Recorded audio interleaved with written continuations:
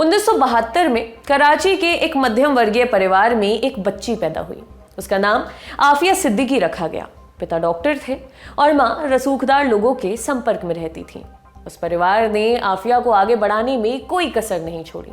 आफिया ने भी उनके सपनों को जीना जारी रखा। 1990 में उसका दाखिला मैसाचुसेट्स इंस्टीट्यूट ऑफ टेक्नोलॉजी यानी MIT में हुआ। 5 साल बाद उसने कराची के एक डॉक्टर से शादी कर ली। 1996 में उसका पहला बेटा पैदा हुआ। निजी जिंदगी में व्यस्त होने के बावजूद आफिया ने 2 जरूरी कामों को नहीं छोड़ा था। पहला, ब्रेंडे यूनिवर्सिटी से न्यूरो साइंस में PhD की डिग्री, और दूसरा, दुनिया भर में मुस्लिमों पर हो रहे अत्याचारों के खिलाफ प्रदर्शनों में हिस्सा लेना, उनकी मदद के लिए फंड इकट्ठा करना और मस्जिदों में भाषण देना। ये सब चल ही रहा था कि अमेरिका पर 9/11 का हमला हो गया। 9/11 की तारीख ने अमेरिका ही नहीं बल्कि दुनिया भर में लाखों लोगों की जिंदगी हमेशा के लिए बदल कर रख दी थी। इनमें से एक नाम आफिया सिद्दीकी का भी होने वाला था। मई 2002 में FBI ने पहली बार उसकी जिंदगी में दखल दिया। दरअसल कुछ खरीदारियों को लेकर FBI को शक था। इसके कुछ महीने बाद पति पत्नी पाकिस्तान लौटे। वहां उनका तलाक हो गया। दिसंबर 2002 में आफिया फिर से अमेरिका गई। इस बार वो अकेले आई थीं। फैमिली का कहना है कि वो नौकरी की तलाश में दोबारा अमेरिका पहुंची थीं, जबकि जांच एजेंसियों का दावा है कि आफिया अल-कायदा के एक आतंकी की मदद के मकसद से आई थीं। फिर आया साल 2003। 1 मार्च को रावलपिंडी में खालिद शेख मोहम्मद अरेस्ट हो गया। 9/11 कमीशन की रिपोर्ट के अनुसार वो अमेरिका पर हमले का मुख्य साजिश करता था। शुरुआती पूछताछ में खालिद ने आफिया सिद्दीकी का नाम लिया। FBI ने फौरन आफिया और उसके पति के खिलाफ ग्लोबल वारंट रिलीज कर दिया। वारंट रिलीज होने के कुछ दिनों बाद आफिया अपने 3 बच्चों के साथ कराची एयरपोर्ट के लिए निकली और अचानक गायब हो गई। इसके बाद आफिया सीधे 5 साल बाद गजनी में नजर आई, अफगान पुलिस की गिरफ्त में। तब तक अमेरिका ने उसे मोस्ट वांटेड आतंकियों की लिस्ट में डाल दिया था। आफिया इस लिस्ट में शामिल होने वाली दुनिया की पहली और इकलौती महिला है। जब FBI और US आर्मी की एक टीम उससे पूछताछ करने गजनी पहुंची तो वहां एक अजीबोगरीब वाकया घटा। एजेंसियों का दावा है कि आफिया ने जांच करने गई टीम पर गोलियां चलाईं। जवाबी कार्रवाई में एक गोली आफिया को भी लगी। हालांकि उनके पास इस बात का जवाब नहीं है कि पुलिस की हिरासत में बंद एक महिला गोली चलाने में कामयाब कैसे हुई।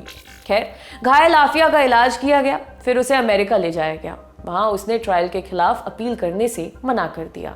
फरवरी 2010 में अदालत ने आफिया सिद्दीकी को 86 साल की जेल की सजा सुनाई। वो अभी टेक्सास की एक जेल में बंद है। आफिया की कहानी सुनाने की एक वजह है। हमने बताया है कि आफिया सिद्दीकी 2003 से 2008 के बीच गायब हो गई थी। इस बीच में वो कहाँ थी? इसके 2 वर्जन्स मिलते हैं। पहला, अमेरिका कहता है कि 2008 से पहले उन्होंने आफिया को देखा तक नहीं। दूसरा वर्जन अफगानिस्तान की एक जेल के कुछ पूर्व कैदियों का है। वो क्या कहते हैं? उस जेल में एक महिला भी बंद थी। वो रात को जोर जोर से रोने लगती थी। उसकी आवाज सुनकर हम कांप जाते थे। हमने उसे कभी देखा तो नहीं, लेकिन उसकी पीड़ा ने हमारी नींद उड़ा दी थी। हालात यहाँ तक खराब हुए कि 2005 में कुछ कैदी 6 दिनों तक भूख हड़ताल पर बैठ गए थे। आरोप ये भी है कि अमेरिकी अधिकारियों ने आफिया को उसी जेल में बंद रखा और 5 सालों तक उसका शारीरिक और मानसिक टॉर्चर किया गया। हो सकता है कि सच इन 2 वर्जन्स के बीच फंसा हो, या इस कहानी का तीसरा पहलू भी सामने आ सकता है। लेकिन एक बात 100% खरी है, वो ये कि जिस जेल में आफिया को बंद रखने के आरोप लगते हैं वो दुनिया की सबसे बदनाम जेलों में से एक है। इतनी बदनाम कि इसे अफगानिस्तान का ग्वांतनामो कहा जाता है। कहते तो ये भी है कि इस जेल ने तालिबान की वापसी का आधार तैयार किया। ये कहानी अफगानिस्तान के बगराम जेल की है। इस जेल का पूरा तिया पांचा क्या है, अमेरिका पर किस तरह के आरोप लगते हैं और तालिबान के कब्जे के बाद बगराम किस हालत में है, सब विस्तार से बताएंगे। नमस्ते, मेरा नाम है हर्षिता और आप देख रहे हैं लल्लन टॉप का इंटरनेशनल प्रसंगों से जुड़ा कार्यक्रम दुनियादारी। 1950 के दशक में कोल्ड वॉर की गर्माहट दुनिया पर हावी होने लगी थी। अफगानिस्तान भी इससे अछूता नहीं था। सोवियत संघ और अफगानिस्तान की पुरानी दोस्ती थी। सोवियत संघ ने वहां एयरबेस बनाने का फैसला किया ताकि जरूरत पड़ने पर इसे इस्तेमाल में लाया जा सके। इसके लिए परवान प्रांत के बगराम शहर को चुना गया। अतीत में ये शहर सिल्क रूट का अहम पड़ाव हुआ करता था। बगराम राजधानी काबुल के पास था। यहाँ से अफगानिस्तान के दूसरे बड़े शहरों तक आसानी से पहुंचा जा सकता था। इस लिहाज से बगराम एयरबेस की अहमियत काफ़ी ज़्यादा थी। सोवियत संघ की सोच दूरदर्शी साबित हुई। 1979 में उसने अफगानिस्तान पर हमला किया और कठपुतली सरकार बिठा दी। एकाधिकार वाली सत्ता बनाए रखने के लिए विरोधियों पर लगाम की जरूरत होती है। सोवियत संघ वही कर रहा था। अफगानिस्तान में उसकी दुश्मनी मुजाहिदीनों से थी। इस लड़ाई में उसने बगराम एयरबेस का भरपूर इस्तेमाल किया। ये जगह सोवियत हमलों का लॉन्च पैड बन चुकी थी। हालांकि सोवियत संघ लड़ाई हार गया। उसके जाने के बाद एयरबेस पर कब्जे का लंबा संघर्ष चला। नजीबुल्लाह के तख्तापलट के बाद मुजाहिदीन सरकार ने बगराम पर नियंत्रण किया। सितंबर 1996 में काबुल पर तालिबान का कब्जा हो गया। उसके बाद एयरबेस के लिए नदन अलायंस और तालिबान में लड़ाई हुई। कोई भी पक्ष कभी भी पूरे एयरबेस को जीतने का दावा नहीं कर पाया। 9/11 के हमले के बाद इस सीन में अमेरिका की एंट्री हुई। कुछ ही हफ्तों में तालिबान को काबुल से खदेड़ दिया गया। यह अमेरिका के वॉर ऑन टेरर की शुरुआत थी। अफगानिस्तान में इस लड़ाई का केंद्र बगराम एयरबेस को बनाया गया। जब तक लड़ाई खत्म नहीं हुई तब तक बगराम अमेरिका का कंट्रोल एंड कमांड सेंटर बना रहा। समझ लीजिए कि अफगानिस्तान में अमेरिका की पूरी शक्ति इसी एयरबेस में केंद्रित थी।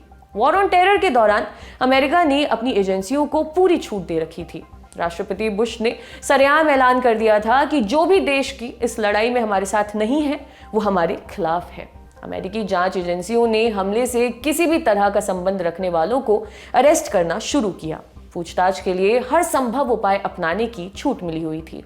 अमेरिका नहीं चाहता था कि संदिग्धों को सीधे अमेरिकी धरती पर लाया जाए। इससे होता ये कि उनके ऊपर अमेरिकी कानून लागू होते और ना चाहते हुए भी पूरा ट्रायल पब्लिक स्क्रूटनी में आ जाता।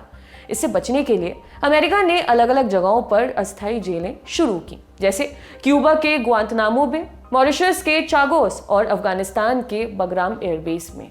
साल 2001 में बगराम जेल शुरू हो गई। पहले तो इसमें अस्थायी तौर पर संदिग्धों को रखा जाता था ताकि पूछताछ के बाद मुकदमा चलाने के लिए दूसरी जगहों पर ट्रांसफर किया जा सके। लेकिन धीरे धीरे इसका दायरा बढ़ता चला गया। यहाँ कैदियों की संख्या लगातार बढ़ रही थी। अधिकांश कैदी ट्रायल के इंतजार में रह गए। अंतर्राष्ट्रीय मीडिया में हमेशा ग्वांतनामो बे की चर्चा होती रही। बगराम जेल को एक तरह से भुला दिया गया। जबकि एक तथ्य तो ये भी है कि ग्वांतनामो बे में कैदियों की संख्या लगातार कम होती गई। इस समय वहां सिर्फ 39 कैदी हैं। इसके उलट बगराम में कैदियों की संख्या कई गुना बढ़ गई। हाल में जब तालिबान ने बगराम एयरबेस पर कब्जा किया उस समय वहां की जेल में लगभग 5000 लोग बंद थे। बगराम को सिर्फ इस संख्या ही नहीं बल्कि यहाँ होने वाली बर्बरता और उसके दुष्परिणामों के लिए भी याद किया जाना चाहिए। इस बर्बरता की शुरुआत जेल बनने के बाद ही हो चुकी थी। दबी आवाजों में इसकी चर्चा भी होने लगी थी, लेकिन इसका सबूत उपलब्ध नहीं था। ये बाहर आया अक्टूबर 2004 में। न्यूयॉर्क टाइम्स की एक रिपोर्ट के अनुसार बगराम जेल में 2 अफगान नागरिकों की हत्या में 28 अमेरिकी सैनिकों को आरोपी बनाया गया था। ये हत्याएं दिसंबर 2002 में हुई थीं।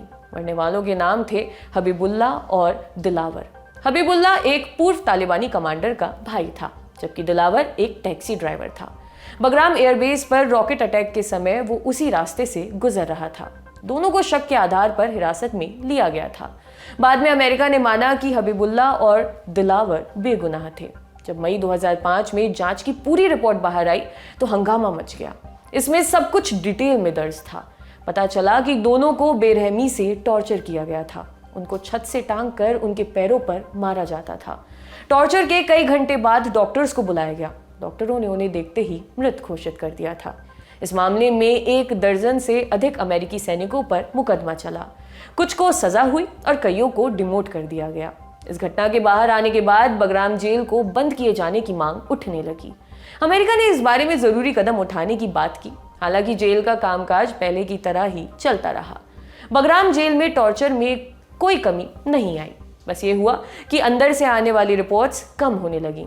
तालिबान के कब्जे के बाद कुछ पूर्व कैदियों ने अपने अनुभव साझा किए।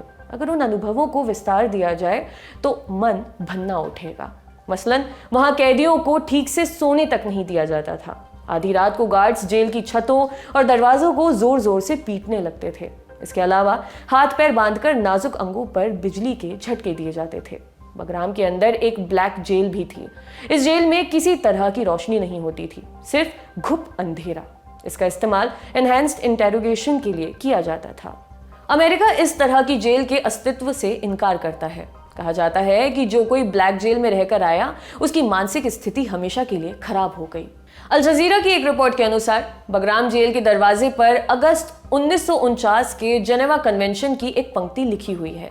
इसमें दर्ज है कि कैदियों के साथ किस तरह के व्यवहार पर प्रतिबंध रहेगा, जैसे जान माल की क्षति, किसी भी तरह की हत्या, अंगों को विकृत करना, निर्दयी बर्ताव और टॉर्चर। ये आज तक दीवार पर कायम है, लेकिन किसी ने इस पर अमल करने में दिलचस्पी नहीं दिखाई। बगराम जेल में टॉर्चर्स को झेलने वाले अधिकतर लोग आम नागरिक थे। वे शिक्षक थे, सामाजिक कार्यकर्ता थे या महज मदद करने वाले वॉलंटियर्स थे। उनका तालिबान या किसी दूसरे आतंकी संगठन से कोई वास्ता नहीं था, लेकिन शक के आधार पर उन्हें वो सब झेलना पड़ा जिसकी उन्होंने कभी कल्पना भी नहीं की थी। इसका नतीजा ये हुआ कि अमेरिका के खिलाफ उनका गुस्सा बढ़ गया। तालिबान को और जमीन मिली, उनका सपोर्ट सिस्टम मजबूत होता गया। अमेरिका अफगानिस्तान के लोगों को आतंकवाद से आज़ादी दिलाने का वादा लेकर आया था। वो उल्टा आम नागरिकों को आतंकी साबित करने लगा। नतीजा ये हुआ कि जो लोग पहले तालिबान से दूर भागते थे, वे उसकी शरण में जाने लगे। उन्हें तालिबान में अपना तारणहार दिखने लगा था। तालिबान ने ऐसे लोगों की कहानियों को उदाहरण बनाकर पेश किया। इसने ग्रामीण इलाकों में तालिबान की पैठ को मजबूत बनाया। फिर जुलाई महीने में एक सुबह अमेरिका ने अचानक बगराम एयरबेस को खाली कर दिया। उन्होंने अफगान सरकार को इसकी जानकारी भी नहीं दी थी। बगराम पूरी तरह से अफगान सैनिकों के हवाले हो गया। अफगान सैनिक तालिबान को चुनौती देने में पूरी तरह नाकाम रहे। कुछ कैदी तो अमेरिकी सैनिकों के निकलने के बाद ही जेल से भाग चुके थे। बाकी को तालिबान ने आज़ाद कर दिया। इनमें से कुछ अलकायदा आतंकी थे और कई बड़े हमलों में उनका नाम आया था। अब आपको बताते हैं कि फिलहाल बगराम जेल की हालत क्या है। अभी अमेरिका की नाकामी का जीता जागता उदाहरण बन चुका है। कभी अमेरिका की सैन्य ताकत का नमूना रहा बगराम एयरबेस सुनसान शहर में तब्दील हो गया है। हर तरफ तबाही पसरी हुई है। जेल के कमरों में कैदियों के निशान अभी भी हैं। जो लोग एक समय खूंखार आतंकी होने के संदेह में जेल में बंद थे, वही अब उस जेल की निगरानी कर रहे हैं। यही 20 साल के अफगानिस्तान युद्ध का हासिल है। ये था हमारा बड़ी खबर सेगमेंट। अब चलते हैं सुर्खियों की तरफ। पहली सुर्खी ब्रिटेन से है। यहाँ एक हफ्ते के भीतर दूसरी बार डेटा ब्रीच का मामला सामने आया है। ब्रिटेन के रक्षा मंत्रालय ने ऐसे 55 अफगान नागरिकों की ईमेल आईडी एड्रेस रिलीज कर दिया है। ये लोग फिलहाल तालिबान से छिपकर रह रहे हैं। डेटा ब्रीच के बाद उनकी सुरक्षा को लेकर चिंता जताई जा रही है। इससे पहले 21 सितंबर को 250 अफगान इंटरप्रेटर्स का ईमेल एड्रेस सार्वजनिक हो गया था। इसको लेकर डिफेंस सेक्रेटरी बेन वॉलेस ने माफी मांगी थी और मंत्रालय के एक अधिकारी को सस्पेंड कर दिया गया था। आज की दूसरी और अंतिम सुर्खी अमेरिका से है। अमेरिका और फ्रांस एक दूसरे के बीच जारी तनाव को कम करने पर राजी हो गए हैं। 22 सितंबर को फ्रांस के राष्ट्रपति इमैनुअल मैक्रों और अमेरिका के राष्ट्रपति जो बाइडेन ने फोन पर बात की। इसके बाद तय हुआ कि फ्रांस अमेरिका में अपने राजदूत को वापस भेजेगा। अगले महीने बाइडेन और मैक्रो की मुलाकात भी होगी। उस मीटिंग में इस मामले पर विस्तार से बात होने की संभावना है। इससे पहले अमेरिका, ब्रिटेन और ऑस्ट्रेलिया के बीच हुई ऑकस डील ने माहौल बिगाड़ दिया था। ऑस्ट्रेलिया ने 8 परमाणु पनडुब्बियों की डील के बाद फ्रांस के साथ हुई सबमरीन डील को रद्द कर दिया था। इससे फ्रांस को कम से कम 2.5 लाख करोड़ का नुकसान हुआ है। इसको लेकर फ्रांस ने अपने सहयोगी देशों पर पीठ में छुरा भोंकने का आरोप लगाया है। आज की दुनियादारी में बस इतना ही। कल फिर मुलाकात होगी, इसी उम्मीद के साथ विदा लेती हूँ। जाते जाते एक जरूरी सूचना है। इस शनिवार माने कि 25 सितंबर को सौरभ द्विवेदी करेंगे एक पंचायत का आयोजन। इस पंचायत में बच्चे शामिल होंगे और उनके माता पिता भी, भारत के भी और भारत से बाहर के भी। हम आपसे सुनना चाहते हैं कि आपके बच्चे टीवी और फोन पर क्या देखते हैं और उसका उनकी मनःस्थिति पर क्या फर्क पड़ता है। अगर आप इस पंचायत में शामिल होना चाहते हैं तो हमें मेल करें ltshowmail@gmail.com पर। शुक्रिया, शुभ रात्रि।